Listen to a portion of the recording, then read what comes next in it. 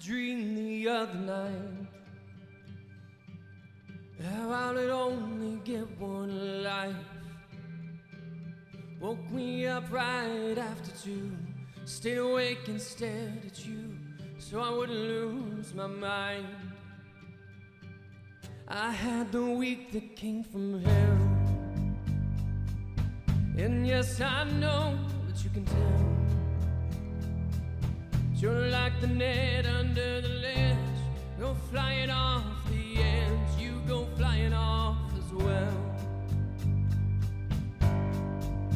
And if you only die once, I wanna die with you.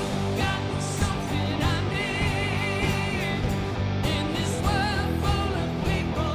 There's one killing me, and if we only die once, I wanna die with you.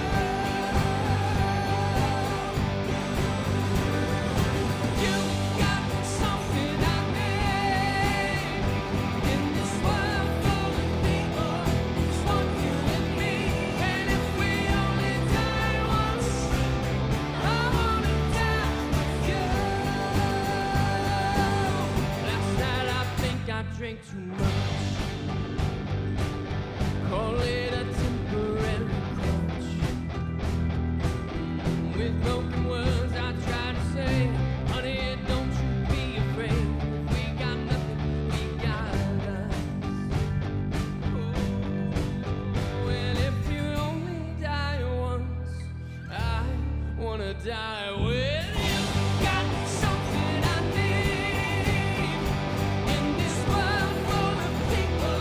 There's one killing me, and if we only die once, I wanna die with you. You got something I need in this world full of people. There's one killing me, and if we only die once, I wanna die with you.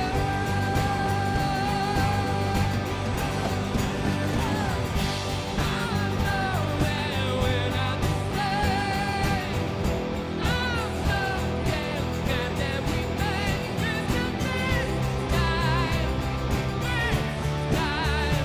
time now. Yeah, you got something I need in this world full of people. There's one killing me, and if we only die once, I wanna die with you. Yeah. You got something I need in this world full of people. There's one killing me, and if we only die once, I wanna die with you. You got something I need in this world full of people. There's one killing me, and if we only die once, I wanna die with you. And if we only die once, I wanna die. If we only live once, I wanna live with you. Wow, what an incredible song. Let's hear it again for Brad and the Crosspoint Band. That was amazing. I mean, listen, when I think about the lyrics of that song, you've got something I need. It reminds me of what we're going after this week, right? This week, we're looking at what it means to give of ourselves for the benefit of somebody else. And so, listen, that's really what the 49-day challenge is about. When we think about challenges, we're getting challenged in our weekend services. We do challenges to develop our skills and develop our core strength. And then, we connect in community through our home teams and small groups. And we're growing there, and we're growing in the direction that God would have us to go. And so, I don't know about you, but this 49-day challenge has been amazing. And listen, my name is Mark. If we have not had the chance to meet, I'm glad that you guys are here. And listen, Brad, I don't know about you, but I've actually been enjoying these challenges. This week, I got this card that was like, drive to work in silence. Like, take a car ride and just be completely quiet. right? And that was a little weird at first because I'm like, man, I couldn't turn my mind off. Well, especially when you have children or at your house, Oh, and man. it's all chaos and crazy, and then you get the Chaotic. silence.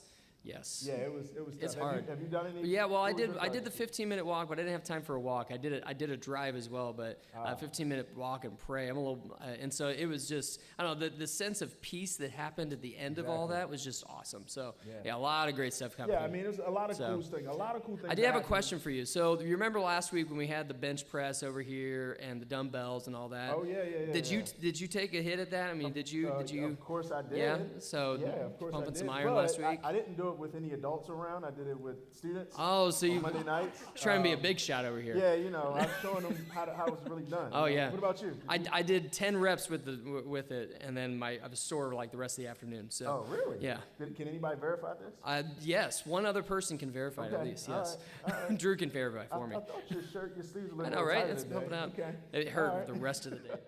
Well, listen, we hope that you're having a good time with this 49-day challenge, this journey series, this all-church journey series. And I mean, it's incredible. And listen, it's a connecting thing. And so we actually love to connect with you. And the way that we do that is through this thing we call the digital connection card. For those of you who are tuning in online, you can go ahead and hit the button on the side of the service stream. For those of you who are right here in the venue, go ahead and take your camera out, scan the camera app over that QR code on the back of the seat in front of you. It'll take you directly to it. For those of you who are regulars and partners, you kind of know the drill, but if any of that information has changed, go ahead and make those changes. For those of you who are first-time guests, man, we certainly hope that this is not your last time with us. We're glad that you're here with us. We're glad that you're tuning in with us as well. And put as much information on that card that you feel comfortable sharing with us, and because we'd love to be able to connect with you and hear from you through that connection card. And listen, I also just want to say a big thank you for your generosity through the Joy Box.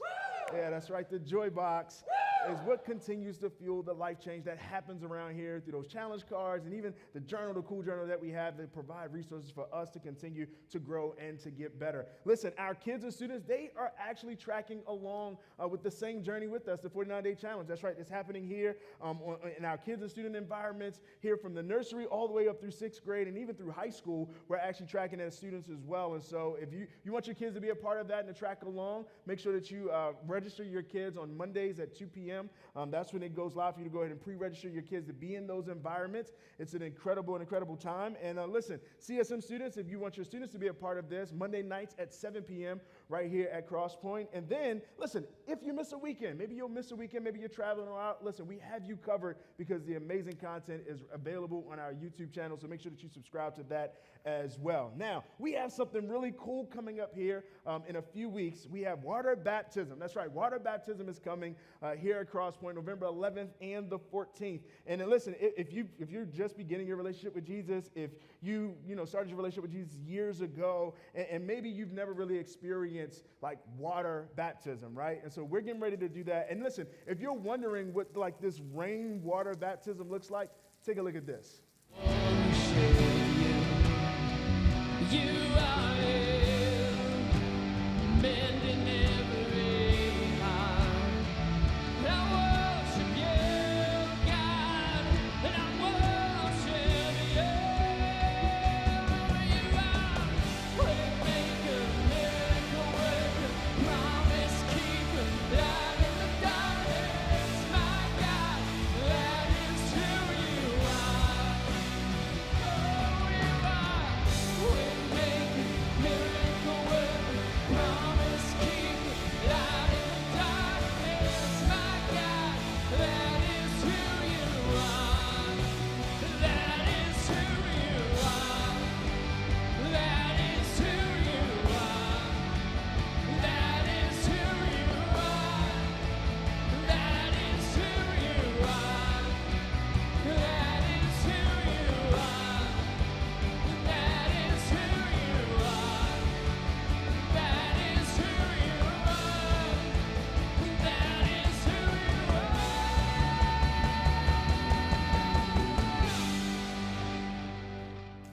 Wow, isn't that incredible? Yeah, let's make some noise for that. the baptism rain, the waters of baptism will be flowing here. And if you're interested, orientation meetings will be happening right outside after each service this weekend and next weekend. If you're interested in that, you can go on there. For those of you who are online, we did not forget about you. We actually will have the online orientation meeting Sunday, November 7th at 11:45 through the Zoom window, and we'd love to be able to connect with you. And even if you just are interested and you just want to mark that on that connection card, please go ahead and do that as well if you think that water baptism is your next step, and we'd love to be able to be a part of that. And now listen, we got one last thing. This is a really, really cool opportunity.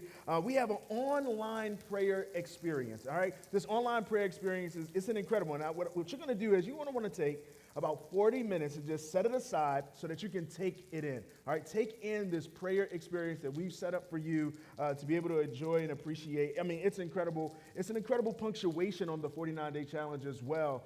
So you want to make sure that you tune into that prayer experience. You can check that out, crosspointweb.org/49-day challenge, and get all the information for that prayer experience. But listen, we have a great service planned for you today. We're going to be looking at serving others and how this really is a 1-2 punch of both heart and hands, how they come together to continue to serve others. And then listen, it makes you strong by pulling away from all of the things that you want, and then you begin to pour into somebody else's life and you begin to live sacrificially. So before we do that, we got some more music coming from Brad and the Crosspoint Band. So let's stand up, let's put our hands together, and let's sing some more.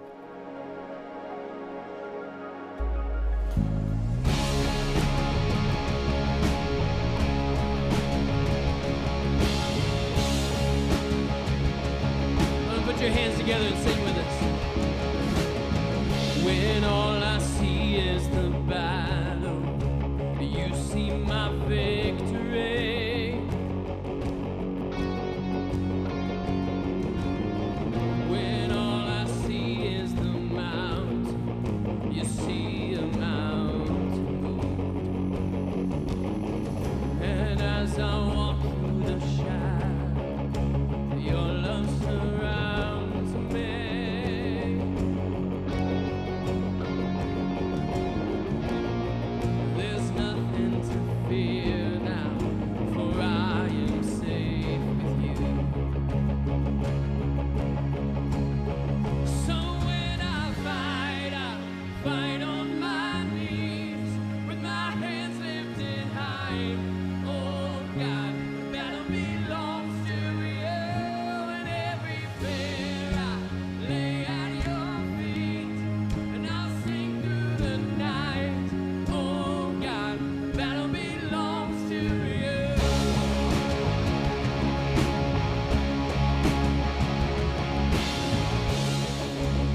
If you are for me, what can be against me?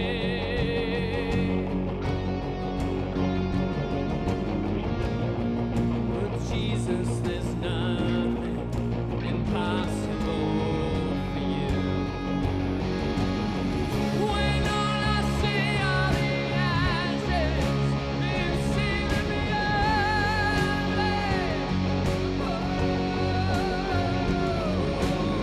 When all I see is the cross, God, you see it.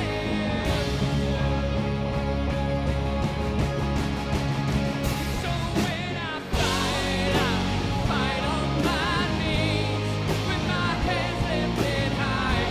Oh God, the battle belongs to you, and every fear I lay at your feet, and I'll sing through the night. Oh God, the battle belongs to you. Almighty fortress, you go before us. Nothing can stand against the power of our God. You shine in the shadow, you win every battle. Nothing can stand against the power of our God. Almighty fortress, you go before us. Nothing can stand against the power of our God. You shine in the shadow, you win every battle. Nothing can stand against the power of our God.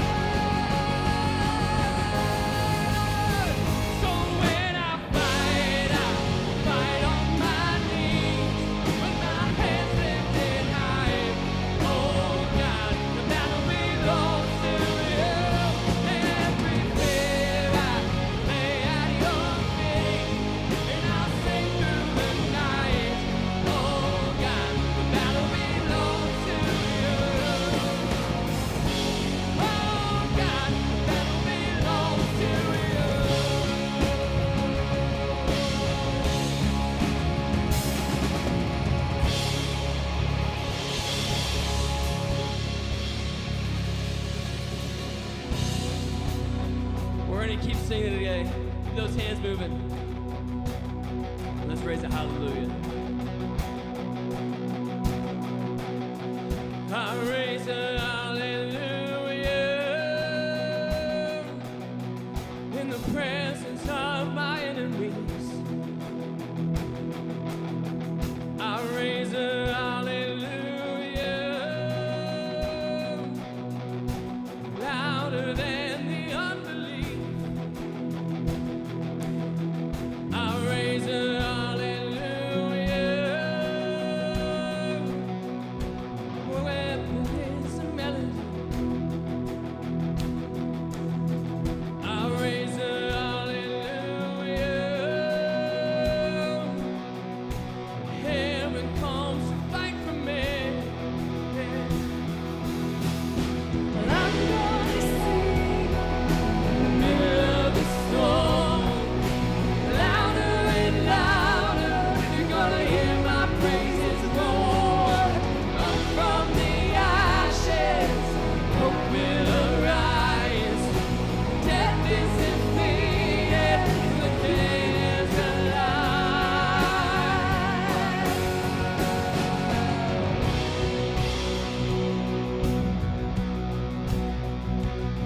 I raise a hallelujah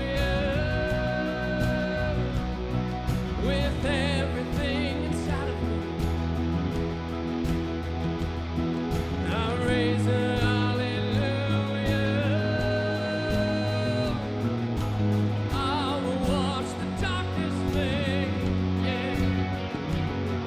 I raise a hallelujah in the middle of the mystery. Oh, I raise a hallelujah. Declare it today. Fear you lost your hold on me. I'm gonna sing middle of the storm, louder and louder. You're gonna hear my praises roar up from the ashes. Hope will arise. Death is defeated. The King is alive.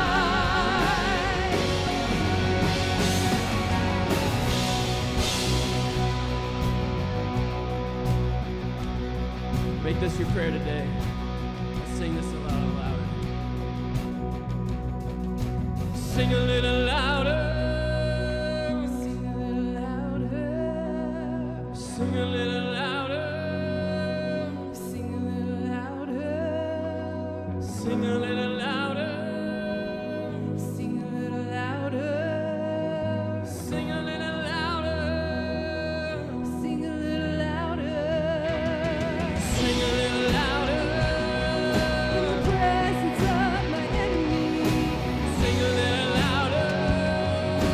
Louder than the unbelief. Sing a little louder. My weapon is a melody. Sing a little louder.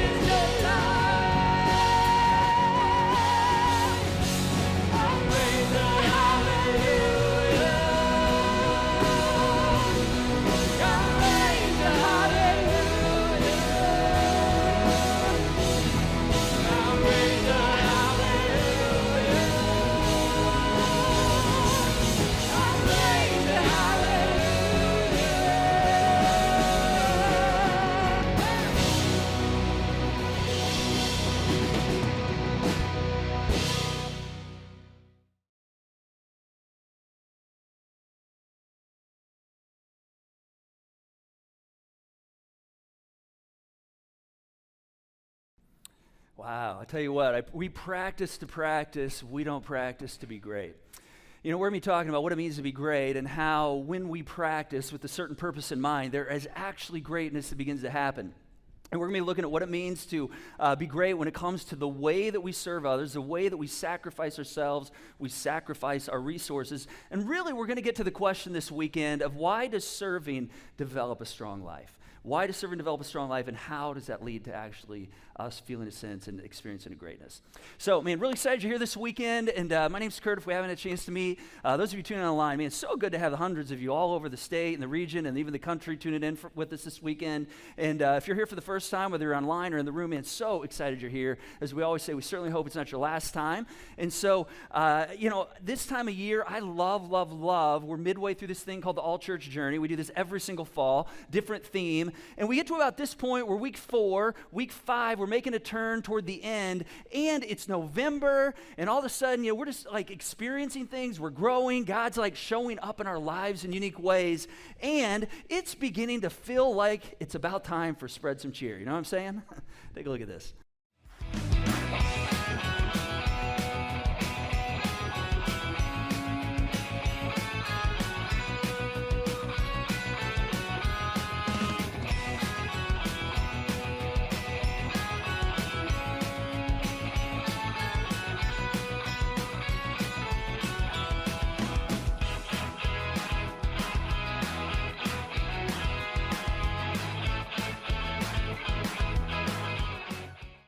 All right, who's excited about Spread Some Cheer this year? You guys excited about this? Yes, man. Tell you what, 14 years in running, we're going to be providing meals for hundreds of families all over the Indianapolis area, Christmas for families that otherwise may not have a good Christmas. And I tell you what, the generosity that just flows out of you as we head into this season is just palpable. I mean, it's amazing. So love this season. So we're going to talk about how we live that kind of life, that generous life. Let me pray for us before we jump into that, though. God, thank you for the chance to be here right now. We're excited to be here. We're going after you. We're pursuing you. We're all at different places, and you meet us uniquely in that place. And this weekend, I just pray that you would teach us. We want to take a look at a core character trait of yours that we don't do very well, this idea of sacrifice and surrender. And so, God, just teach us what that looks like and help us to see how you invite us into this enterprise that you are doing in the world. And we just pray these things according to your character, Jesus. Amen. There's this guy that we like to talk a lot about around here called the Apostle Paul. And the Apostle Paul wrote more than half of the New Testament portion of the Bible. And so Paul, if you're somebody who's like, Curt, I'm kind of new to church, still figuring out if I'm into God, into Jesus, kind of get annoyed by Christians, not really sure I like Christians, you're going to like the Apostle Paul. That's pretty much his story, at least the early part of his life. He was annoyed with Christians. He actually hated Christians. He was arresting them. He was coming against the initiative of Jesus and trying to kind of squelch it. And then one day, he discovered that everything he understood about Jesus was really not accurate. It had all these religious, hoops and different things he had kind of transferred over from his religious life. And one day, he just came into relationship with the authentic, real Jesus, the real person of Jesus, and realized what his grace is like, his character is like, and he did like an about face. And from that day forward, he began following Jesus. And so we find later in his life, he writes these letters. And he writes these letters to Christians all around the Mediterranean rim. These are new Christians, people new in their faith. He's coaching them. He's mentoring them in what it means to have a strong life, what it means to be a follower of Jesus and to serve, to surrender. And he equates it to something that is a bit unique for us. It's a kind of a metaphor that we don't always get in our world today. It's very real for them then, but it was to that of being a soldier. Now, here's how he writes about this in 2 Timothy chapter 2. He says, endure suffering along with me as a good soldier of Jesus Christ. Soldiers don't get tied up in the affairs of civilian life, for they cannot please the officer who enlisted them. So he's saying soldiers, when you're a soldier, you bend your life toward the initiative of your commanding officer. And because you can't get involved in other things, otherwise you're not going to please your commanding officer. He said being a follower of Jesus is the same way. In fact, in another letter that he writes to Christians in this city called Philippi, he again gives kind of a picture of what it means to be enlisted in this initiative and to serve. In fact, here's what he says. He says, do nothing out of selfish ambition or vain conceit. We're going to come back to that phrase right there in a moment. Rather, in humility, value others above yourselves, not looking to your own interests, but each of you to the interests of the others. And then he goes on, in your relationship with one another, have the same mindset as that of Christ Jesus, who being the very nature God, did not consider equality with God something to be used to his own advantage. Rather, he made himself nothing, taking on the very nature of a servant. You know, that is hard to do right there. That is very hard to do. And I don't really like to think of myself as less than somebody. I don't know about you, but you know what pumps me up? What pumps me up is when I feel like I'm better than somebody, right? I mean, when you feel like, yeah, I performed better than they did, right? That's what pumps me up. That's what kind of energizes me. And so honestly, I struggle with this idea of, and I could put, be like, oh yeah, I mean, everybody's more important than me, and I'm going to come underneath. And I've cultivated that in my life, but honestly, that's a very, very hard posture. I like being the best. In fact, it's Halloween weekend this weekend. It's a bit different than last year, right? We were in the midst of the COVID pandemic last year, and everybody was still kind of locked down on a lot of fronts. And our home, we were trying to figure out how do we do trick-or-treating and be good neighbors and yet, be available to kids that are coming by and yet keep distance and keep them safe. So came up with this fantastic idea where we developed these chutes from our second-story windows that shot candy down to kids on our driveway. It's amazing. It's lots of fun. And as we started putting this together, about hour 8 or 9 into the assembly of this project, it got dark the night before Halloween, and Julie, my wife, comes out. She says, Curt, are you still working on this? And I'm like, I am, because if we're going to do it, we're going to do it right, and we're going to do it big. And so, we just blew it out. I'm like, I want people coming by and this being a memorable moment. I want them going, that was the best experience in our neighborhood. I did not want to be the unmemorable neighbor. And so that's kind of how I define success. I want to be memorable. I want to be remembered. And I don't like to be the least. I don't like to be, at the bottom. I don't care if it's March Madness or fantasy football, which, by the way, how many of you have already kind of bailed on your fantasy football team? Anybody just kind of like, yeah, I started strong and now I'm not really watching. Here's the standings from our league right here, and I'm in 5th place. Let me tell you why some of you have bailed on your fantasy football team. It's because you're losing. It's because you're losing. When you're at the bottom of that thing right there, you're like, I'm out. Because we don't like to see our name at the bottom, right? We don't like to see our name at the bottom of the list. It's humiliating. We feel a bit of shame. When we're at the top, let me tell you something. Nobody ever, I don't think in the history of fantasy football ever, has bailed on their team when they were at the top of the charts. You just don't do that because you like seeing your name at the top. It feels bad when you're last. And so again, the Apostle Paul right here, he says, do nothing out of selfish ambition, but have the same mindset as Christ Jesus, who being the very nature of God, meaning he was God. He could have said, hey, God, I'm here. I'm equal to you. He said, he did not consider equality with God something to be used to his own advantage. Rather, he made himself, and here's the word we struggle with right here. What's that word right there? Nothing. Because we want to be something, right? He made himself nothing by taking the very nature of a servant. Nothing is pretty close to last. I mean, it's like the bottom, right? And if you, like me, like to be the best, then Jesus, through Paul, is saying right here, we should be like him. And so, I mean, think about this. It's a little weird, right? I mean, if you're talking fantasy football, that's one thing. But you're talking about the God of the universe. You're talking about the most powerful force in the universe. In the military analogy, this would be the guy that is the leader. This would be the guy in charge. This would be the figure, the top guy, the general, the commanding officer. And basically, as he's recruiting people, he's saying, if you want to be a part of my army, a part of my initiative, a part of my enterprise, this thing we're doing in the world, guess what? You're going to have to follow my leadership. And as a result of that, if you want to be a part of it, you're going to have to lose. You're going to have to become less. You're going to have to surrender. You're going to have to do the white flag thing. You're going to have to get the white flag out and do this number.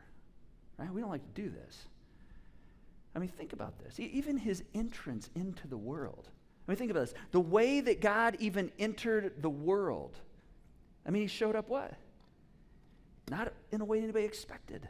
Everybody expected him to come as a strong force, expected him to come in, on some chariot or some, turning heads and taking names, taking prisoners. And what does he do? He disappoints all of them because he comes in as a kid, a baby, the least, the last. So three things this weekend on why serving makes us stronger. Why does serving make us stronger? Well, the first one is it's actually the fact that Jesus came to serve us first. Think about that.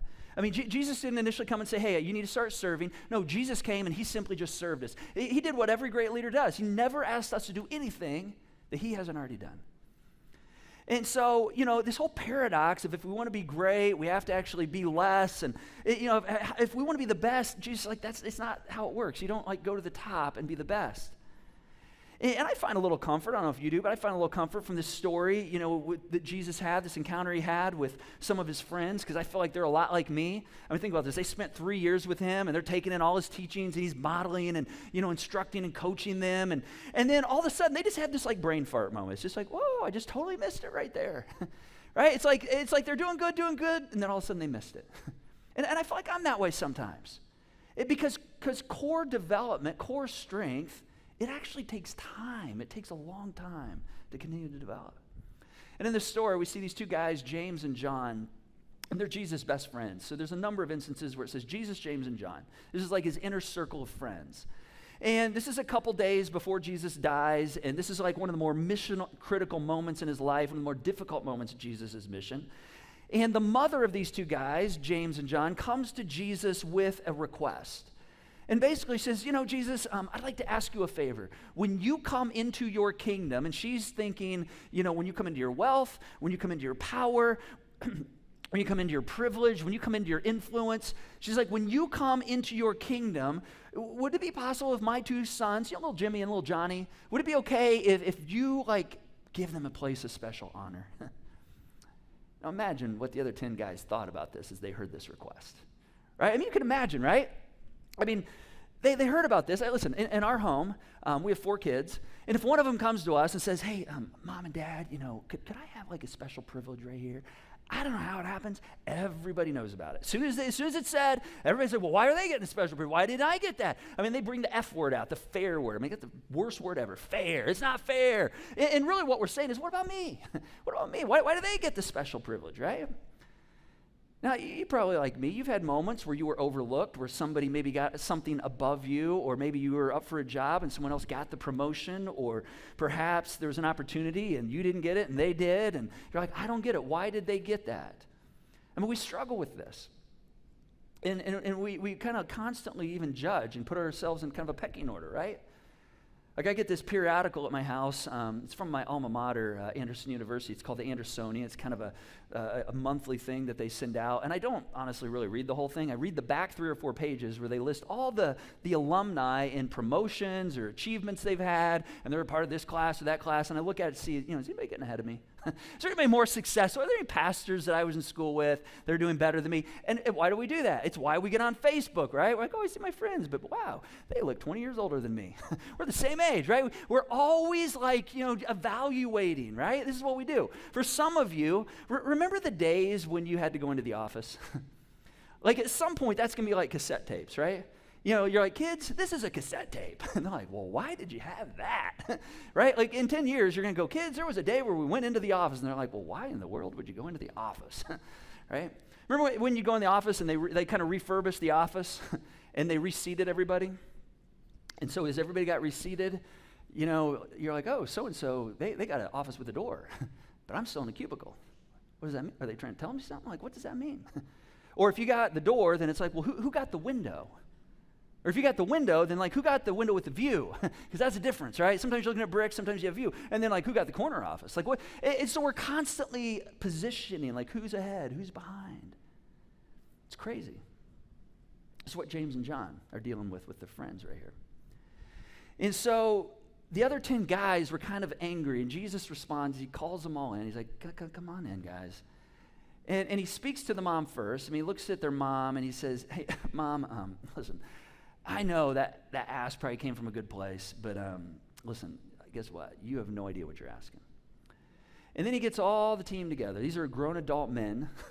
And because it's like, I don't want you being like, well, you told me this, but you told her this or him that, and I was coming, they're getting more than me. He's like, I don't want any of that. So he pulls them all together. And here's what Matthew tells us happens right here. He says, but Jesus called them together. It's like a teaching moment. And he said, you know that the rulers in this world lord it over those under them. But among you, it'll be different. Guys, we operate different. Whoever wants to be a leader among you must be your servant, and whoever wants to be first among you must be your slave. So he tells them this, and then he shows them. See, they're gathering in this room, and they're getting ready to have a dinner, a meal together. And it wasn't just any meal. It was kind of a fancy meal. It was a Passover meal. It was kind of a meal that was a part of a festival. And the 10 disciples, they're still kind of mumbling about, can you believe James and John? Like, the nerve of them to ask, their mom to ask if they could have the special seat. And so they're still kind of mumbling, and they come into this space, and it's customary to come into this space and then to realize that, oh my gosh, there's nobody here to clean us up. Usually there was someone that was like the servant in the room, like the lowest person on the totem pole that kind of stood by the water basin and the towels to clean everybody up when they came in. And remember, in these days, they had no paved roads, right? They had no interstates. They were walking the fields. They're walking the same streets the cows walk and lay their dung on. They're walking through it all. They're walking through sewer ditches, because there's open sewer flowing from houses out in, through the community. And so, in Jesus' day, your mode of transportation was your feet. And so, when the other thing, though, that was happening right here is different than like if we gathered for a meal where we'd be sitting at a table with our hands and, food up here and our feet way down here. They like sat on the floor. So they kind of sat, they were kind of like a mattress type of cushion with if they had a table, very low table. And so, they'd be sitting here and so my feet would be next to your face or next to your, your food. And so they're realizing right here, there's nobody here to clean up. We usually have our feet cleaned. And of course, nobody's raising their hand. Nobody's doing this number, especially because of what James and John had just kind of done, right? They're like, those two guys, they went to the special place. If I'm the one that raises my hand, listen, I'm certainly not going to be at the special place because you raise your hand, you take on the role of a servant, you take on the role of the cleaner. Listen, you're going to be pigeonholed. You're going to be the cleaner the rest of your life. And so, many of you probably heard the story before. Some of us perhaps haven't, but Jesus does it. Jesus does it. And so he gets up, and he takes a towel and a basin of water, and he begins to go around the circle, and he puts the towel over his arm and around his waist, and he serves and washes their feet. All 11 of them. Plus the one who's going to be the traitor. In a few hours, it's going to turn him over and kind of turn on him. He does all of it. And just so they don't miss the point, here's what John says about this. He says, Jesus said to them, you call me teacher and you call me Lord, and you're right, because that's what I am. And since I, your Lord and teacher, have washed your feet, you ought to wash each other's feet as I have given you, and what's the word right there? An example. So I've given you an example. All right, so, he knew a couple centuries later, this may not pertain to us. He says, I'm giving you an example to follow. I just want you to do what I've done to you. And so Jesus, he takes a towel, and we're still talking about it today. He takes a towel and gives us a sign, a towel, and he redefines greatness. And he says, you don't just do this practice of serving, of coming under someone to practice. He says, no, you do this to become great, to realize this is your purpose. See, his message here, what he's really telling us is if you want the strong life, wanting to serve is a piece of it. That's a piece of the message. When we say, hey, I'll serve, when we raise our hands, hey, I'll serve, that's a part of the pathway. You're still in control when you serve, right? Because you're choosing when you do it, when you don't do it. What Jesus is telling them right here is, I'm calling you to something much deeper, much more radical than this. He's saying a strong life always involves surrenders. And notice surrenders with an S on it. You have to wave the white flag. I mean, when you're surrendering, you have to come over and you have to say, yep, this is where I'm at right here. This is it. I'm waving the white flag. I'm claiming the white flag. This is always the place where core strength is developed. Because, see, he knows how hard we hang on to ambition, so we put the towel over our arm. He knows how hard we want to be the best and the greatest and brand ourselves, make sure everybody knows our personal brand. So he's like, you put on the towel over your arm because I know how tough it's going to be. The only way that you can get free of the worry of constantly striving after things, the only way that you can, kind of get away from the craving of constantly wanting people to see how good you are, and hey, look at my brand, look at what I got, look at my Facebook, and also to be like, hey, I don't want to be taken advantage of. I mean, a lot of us are like, man, if I do that, if I take up the towel, man, somebody's going to take advantage of me. See, when you say no to all that, and you say yes to somebody else, yes to somebody else's need, yes to somebody else's agenda, yes to somebody else's reputation, I'm going to lift you up over me. I tell you what, when you do that, if you're taken advantage of, you don't care because you've already decided, like, that doesn't matter to me. And there's a freedom in that. There's a core strength that comes through that. Now, I want to give us kind of a self-assessment real quick to just kind of help us see where we are. Like, this is kind of cool. I received this a few years ago. It's kind of a spiritual spectrum to just kind of do some self-assessment. Now, the key is self-assessment, okay? So this is not like assessing your kids or none of this. Like if you're with a spouse or a partner or something, don't like be like, hey, you're here, but you should be there. All right, this is like for you. So just think of yourself in this moment. All right, so here's the letters right here in front of you. All right, the first letter stands for seeker. All right, all of us are seekers at some point. We're seeking God. We're like, I'm coming in. I'm like, even if you grew up in church, like I'm still trying to understand who God is, who Jesus is, who am I in relationship with Jesus, and is this someone who can be trusted? So I'm seeking information, awareness, experience. Now, when we come to the place of saying, yes, I want to receive what Jesus has for me, grace, free grace, I become a receiver. All right, and receivers have their arms out because you're receiving something. You're taking something in. Now, a reminder, there's nothing you can do to earn God's grace. We don't earn God's grace. It's something we receive. Jesus lifted up and carried away our sin, and there's nothing you and I can do about it. All we can do is receive it. And so, when we're receivers, it's actually in spite of ourselves. Sometimes we're like, yeah, God should be pretty happy I'm on his team. No. It's in spite of ourselves that we receive the grace of God because we don't deserve it. And then right here in the middle, this is interesting, there's a wall. There's a wall that we hit. And this is like a titanium brick wall, nearly impenetrable. And so on the other side of the wall is another word. And let me just say, when you're a receiver, you're a Christian. You're a believer. You're saved, if you will. You're going to heaven, not going to hell, however you like to look at it. All right, so we're in. But to get through the wall, that's more difficult. This is where we go to what's next is followers. A receiver is different than a follower. I can receive the grace of God, but it's an entirely different thing when I begin to bend my life to Jesus, my Savior, and begin to follow him. Now, the defining step right here, defining kind of key thing is followers have stopped negotiating with God. Followers have stopped saying, well, God, if you do this, then I'll do that. Or God, I'm not really sure I like all these things, but I will follow these things. And so you pass the BBYSS test. That's basically when you know you've become a follower. But because you say so, Jesus. This is based on when, Jesus was out with Peter fishing, and Peter had been fishing all day, and they didn't catch anything, and Jesus says, hey, let's put your nets out again, and, Peter's like, I'm the fisherman. You're not. Why don't you leave the fishing to the fisherman? And Jesus says, just give it a try, just try it. And he's like, okay, we're not going to catch anything, but because you say so. And they haul in a load of fish like they've never seen before. See, this is when you become a follower. When you're not just saved, you're not just receiving God's grace, but you're running after emulating the heart of Jesus. You're trying to do what he does. And then the last phase, you kind of just begin to gravitate to this one over time. Once you're a follower, the last phase is what we call a sacrificial life. And when you begin following, the more you follow and seek God's heart, and you're seeking to be more emulating of who Jesus is and more about his character in your life, eventually you move to the sacrificial life phase. Now it's interesting to understand that moving from one phase to the other always requires a surrender. There's got to be a white flag moment.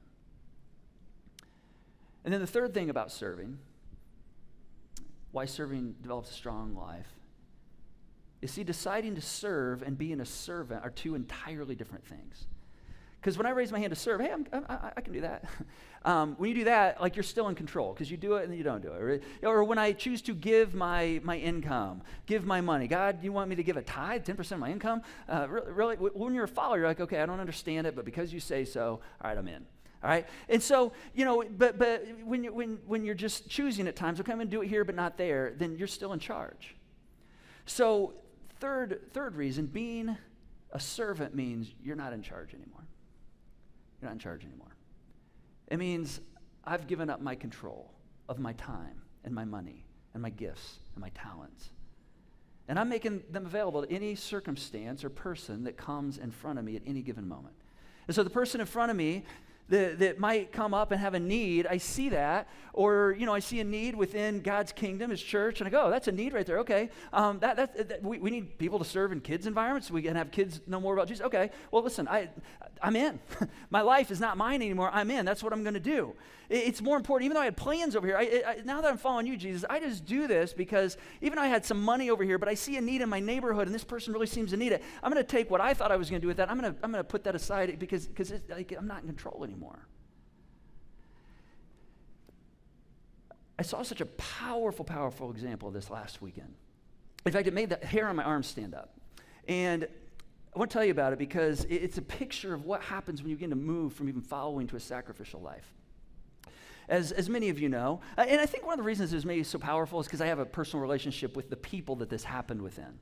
So, we've been in this constant build as we're, beginning to walk out of COVID, or at least learn to deal with it, of repopulating our ministry teams and re-engaging people and volunteering and serving.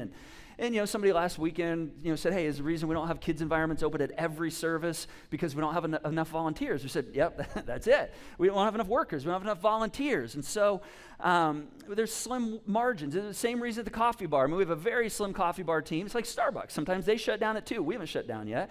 But, we have a very thin margins, out at the coffee bar. Same on the hospitality team, the band that serves up here, the tech team. They're the workhorses that have been going through the entire pandemic every weekend. And yet they have thin ranks as well. And it's a challenge. I mean, just like the rest of the world, there's a work shortage in our world. There's a need for workers. The case is the same for us. And we're a volunteer organization primarily. So, that's a whole different level. Well, nearly every weekend, we're shuffling people around in volunteer roles to fill needs that are there and gaps and to keep things open. And last weekend, we had a number of moving pieces in our kids' environments because of fall break and families traveling and some sickness that was still going through our community.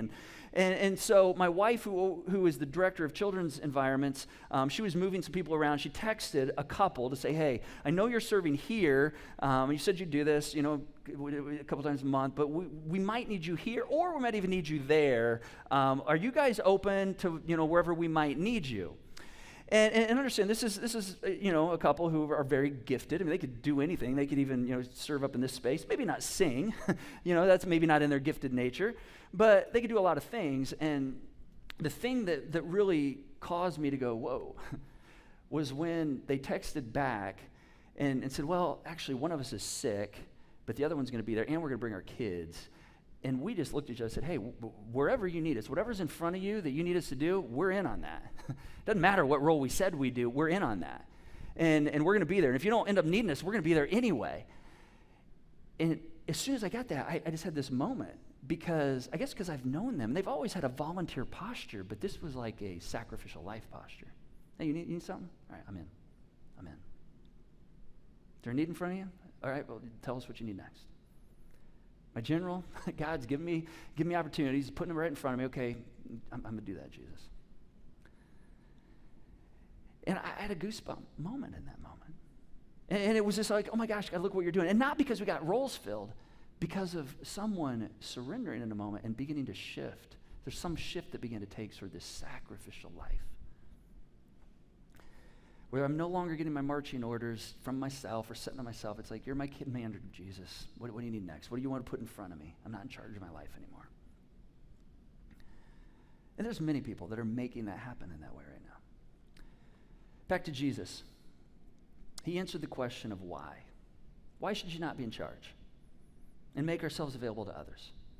And he answers the question when he's right here washing the feet of his team.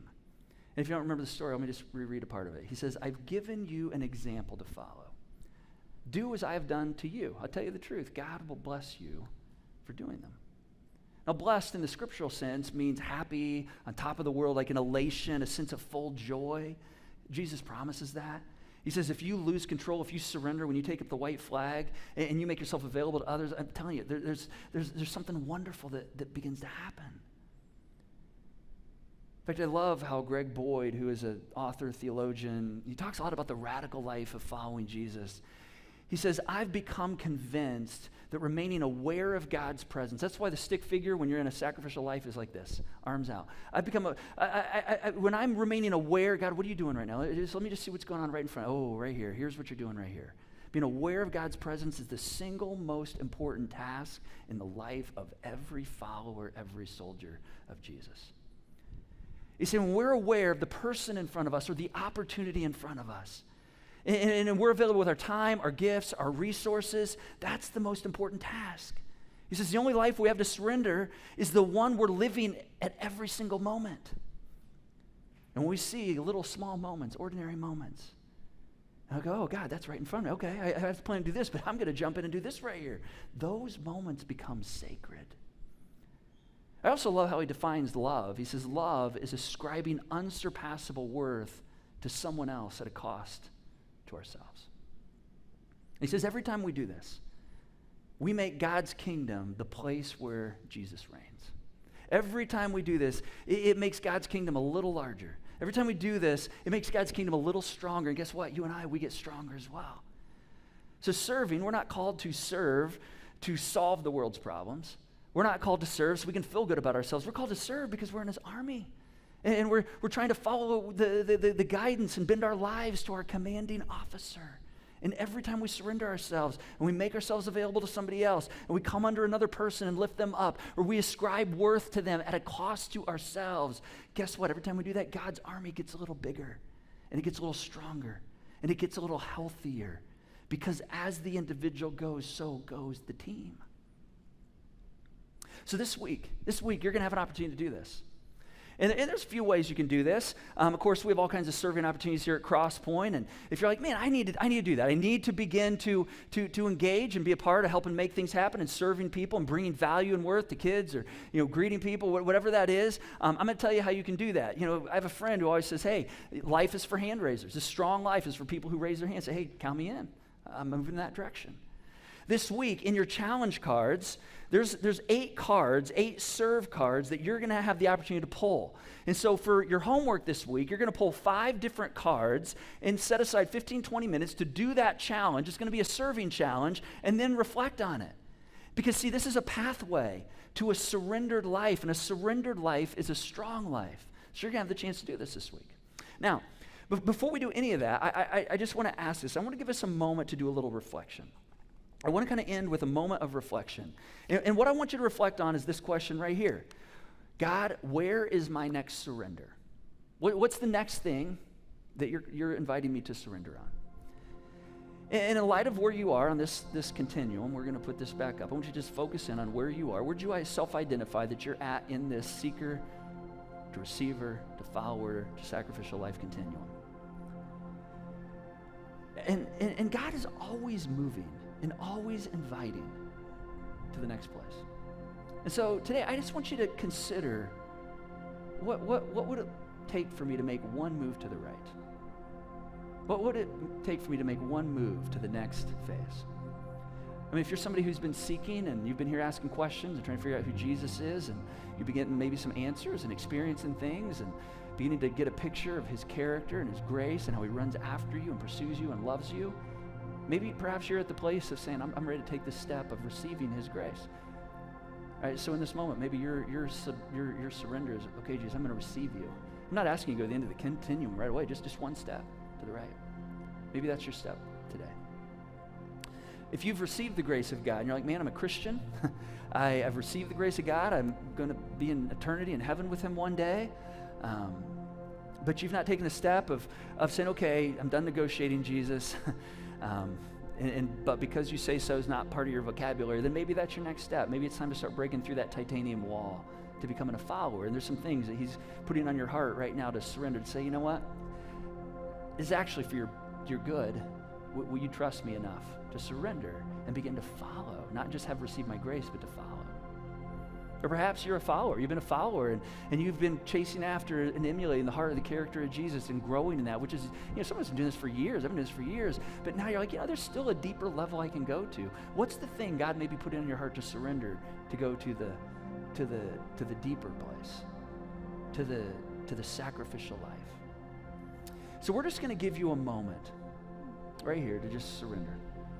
For just sit, reflect, listen, because this is where the strong life gets developed. And so I just want you to kind of listen to the words, just respond to the promptings God puts on your heart.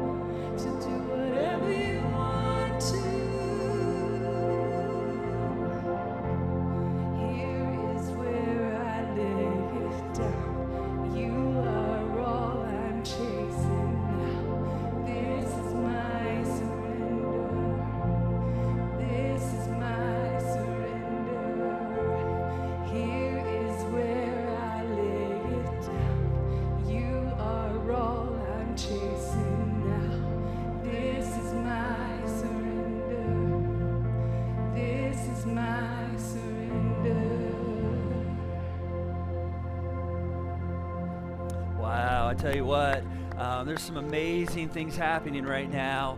And I think there's some core strength being developed as we take steps of surrender. So, hey, if you took a step of surrender in any way, shape, or form of these last few moments, as you listened, as you sang, as you just thank God for being present in your life, we want to give you something kind of cool to remember that this week. In fact, here's what I want to ask you to do. I want you to go ahead and take out your mobile device and text the keyword surrender to this number, 25827. And when you do that, you're going to get an image back that can go on your phone as wallpaper this week of the 49-Day Challenge and the white surrender flag as a reminder that, hey, when we surrender, we get strong. We get strong. So we hope that God shows up in unique ways in your life this week as you take those steps. Now, a couple of the ways you connect, there's all kinds of ways to serve around here. If you'd like to be a part of a serving team, you can let us know on the connection card or go to crosspointweb.org/volunteer. Also, this week, you're going to get into your challenge cards. You're going to pull your serve cards. There's 8 of them. We want to ask you to do 5 cards. This week you can do all of them if you want. But try to do 5 cards. And we're not just practicing. We're actually living toward a purpose. We're developing ourselves with a purpose in mind of becoming great by becoming less. So I'm going to be excited to hear what happens in your life as you do this week. And then last, if you're interested in water baptism, we would love to share that moment with you. If you took a step of faith today, or perhaps you've taken that step at some point in the past, but you've never followed Jesus in water baptism, maybe that's your next step. So we're going to have an online orientation, informational meeting for you on November 7th. You can mark that on your connection card. We'll send you the Zoom information, and we would love to talk more about that with you. Hey, thanks for joining us today. We'll see you next weekend.